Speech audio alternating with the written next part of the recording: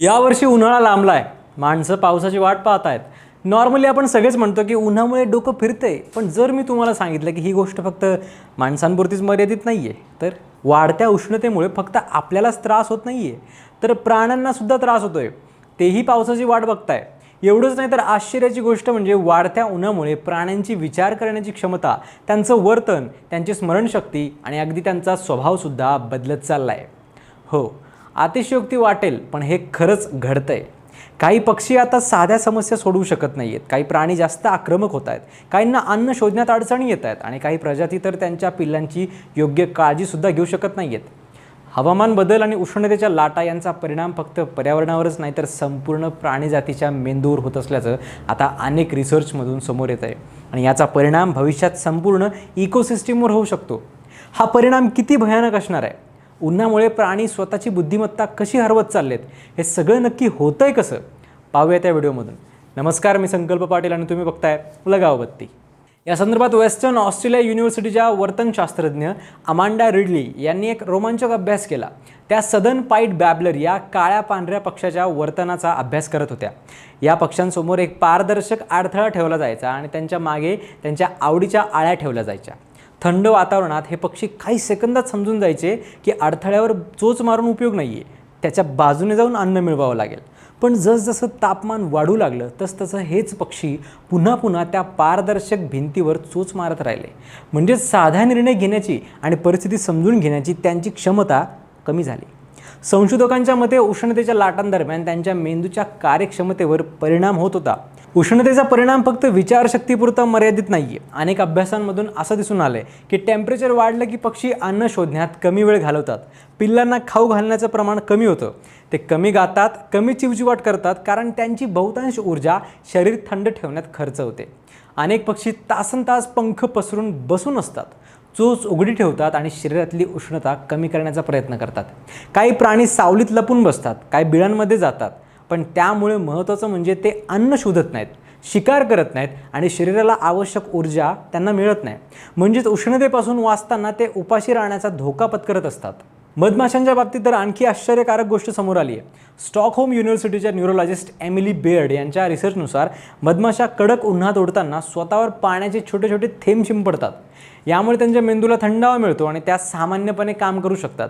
म्हणजेच काही कीटकांनी स्वतःच्या मेंदूचं संरक्षण करण्यासाठी नैसर्गिक उपाय विकसित केलेत. तापमान वाढल्यावर अनेक प्राणी अधिक आक्रमकसुद्धा होतात.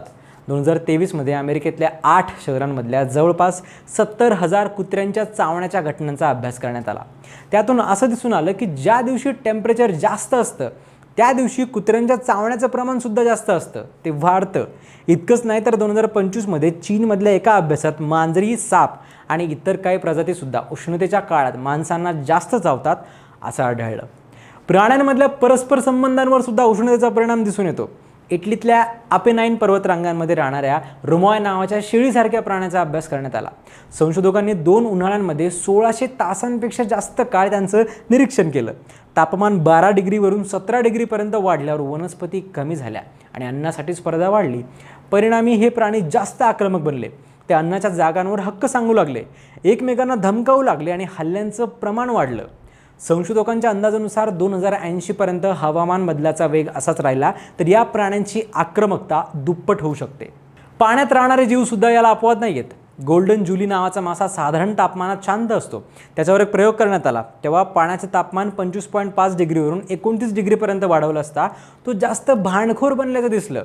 तो टँकच्या काचेत दिसणाऱ्या स्वतःच्या रिफ्लेक्शनवर सुद्धा हल्ला करण्याचा प्रयत्न करत होता. म्हणजेच उष्णतेचा परिणाम फक्त जमिनीवरच्या प्राण्यांवरच नाही तर जलचरांवर सुद्धा होतोय. यापेक्षा चिंताजनक गोष्ट म्हणजे उष्णतेच्या लाटा प्राण्यांच्या शिकण्याच्या क्षमतेवर परिणाम करत आहेत. एका प्रयोगात पक्ष्यांसमोर 2 छिद्र असलेली झाकणं ठेवली गेली. एका विशिष्ट रंगाच्या झाकणाखाली अन्न लपवलेलं होतं. थंड वातावरणात पक्षी हे पटकन शिकत होते, पण उष्णतेच्या लाटांमध्ये त्यांना तेच शिकण्यासाठी दुप्पट प्रयत्न करावे लागत होते. म्हणजेच त्यांची स्मरणशक्ती आणि शिकण्याची क्षमता दोन्ही कमजोर होत गेल्या. ऑस्ट्रेलियातल्या झेब्रा फिंच या सुंदर गाणाऱ्या पक्ष्यांवर सुद्धा संशोधन करण्यात आलं. त्यांनाही जास्त तापमानात बौद्धिक अडचणी येतात असं दिसून आलं. काही वर्षांपूर्वी उंदरांवर झालेल्या प्रयोगांमध्येही असंच दिसलं होतं. गरम वातावरणात उंदीर गुंतागुंतीचे मार्ग शोधण्यात कमी यशस्वी ठरले आणि त्यांनी आधी पाहिलेल्या वस्तू ओळखण्याची क्षमता गमावली. कीटकांच्या बाबतीत तर परिणाम आणखी स्पष्ट दिसतो. एमिली बेर्ड आणि त्यांच्या सहकाऱ्यांनी भुंग्यांवर प्रयोग केला. निळा रंग म्हणजे गोड पदार्थ आणि पिवळा रंग म्हणजे कडू पदार्थ अशी जोडणी त्यांना शिकवली जात होती. 25 डिग्री तापमानात बहुतेक भुंगे हे सहज शिकले, पण तापमान 32 अंशांवर गेलं तेव्हा अर्ध्यापेक्षा कमीच भुंगे हे शिकू शकले.